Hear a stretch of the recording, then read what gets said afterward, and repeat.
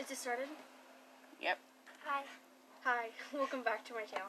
Today we're going to be reacting to horror films. Wait, we're missing Lizzie. Okay, Lizzie, come up. We got her. We're ready to start. Alright. So let's start it up.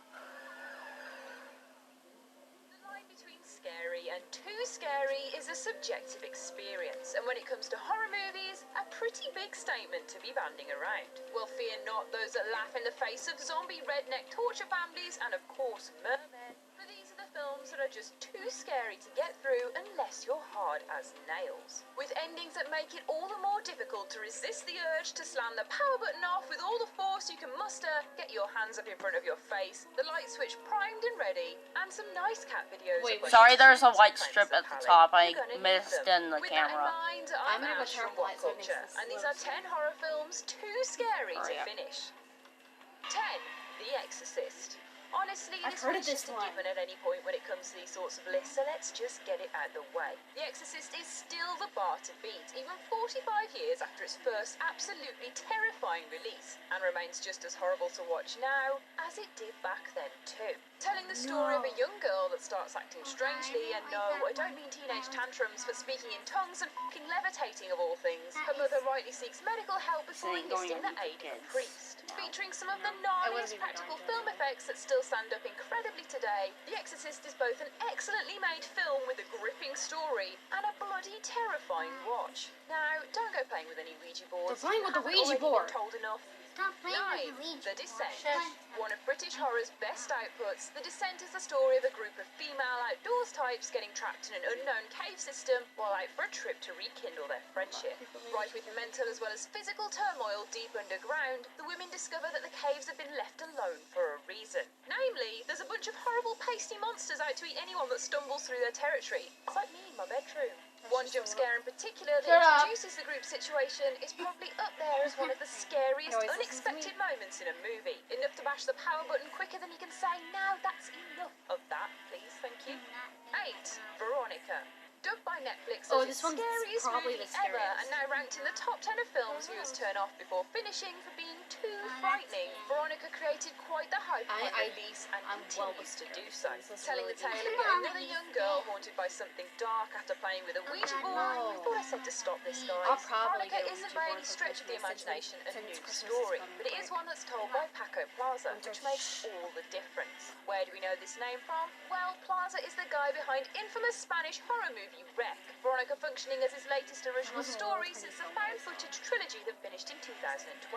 Working in his deliciously dark cinematography and incredible skill for pacing, Veronica slowly ekes out the last 3 days of the young girl's life as she cares for her siblings and tries to figure out the curse that's been bestowed upon her. 7. The Autopsy of Jane Doe. One of the most well-executed and mysterious horror movie narratives in recent years, the criminally underrated The Autopsy of Jane Doe is a masterclass in creeping dread and terrifying guesswork. When a beautiful corpse is brought to a coroner's, the father-son team that work there must figure out exactly where she came from and what other dark secrets she could be hiding.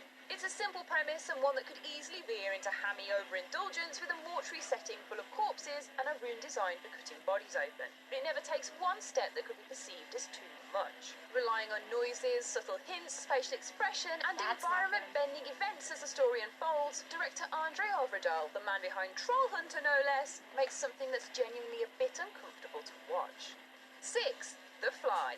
It's Jeff Goldblum fusing himself with a housefly and going full Jeff Goldblum for God's sake. I'm not entirely sure if that's disturbing or the best thing to ever bless cinema screens, but I'm going to go with the latter. In either case, the journey he takes to get there is unarguably a terrifying one. The Fly is David Cronenberg's body horror masterpiece, starring scientist Goldblum, aka Seth Brundle, who creates teleportation technology and inadvertently alters his DNA when testing his machines out. Devolving into a half-fly hybrid, he slowly and graphically deteriorates into a monster of both body and mind. The director is infamous for his gross-out horror, and The Fly is one of the best examples in his filmography. It might not be one that you actually want to finish though, as Brundle's skin falls off before he snaps people's arms in two though. 5. The Conjuring. Heralded by James Wan and My spawning a favorite YouTuber's ridiculous talking amount of about sequels and this. spin-offs, The Conjuring brought This is together probably the old worst school one. sensibilities with modern technology to create something special. A fresh twist on the haunted house. Featuring It's Vera always what's Farmiga behind and you Patrick while Wilson as didn't- married but didn't paranormal you say that before investigators, this the was the Warrens. worst one? They visit a family of 7 who fear for their lives Yeah, I after the didn't know escalation The of Conjuring supernatural was coming. happenings in their home. Based loosely on a true story, it makes it even more horrible to think that this happened to real-life people, and makes it even less appealing to sit out the truly intense exorcism scene that inevitably pays out as the finale of the film. 4. Rosemary's Baby.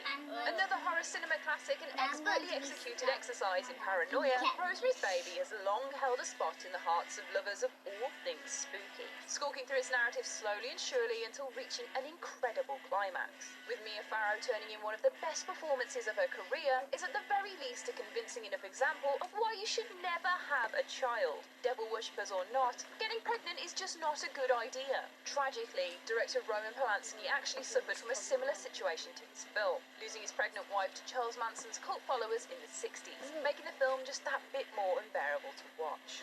3. Hereditary.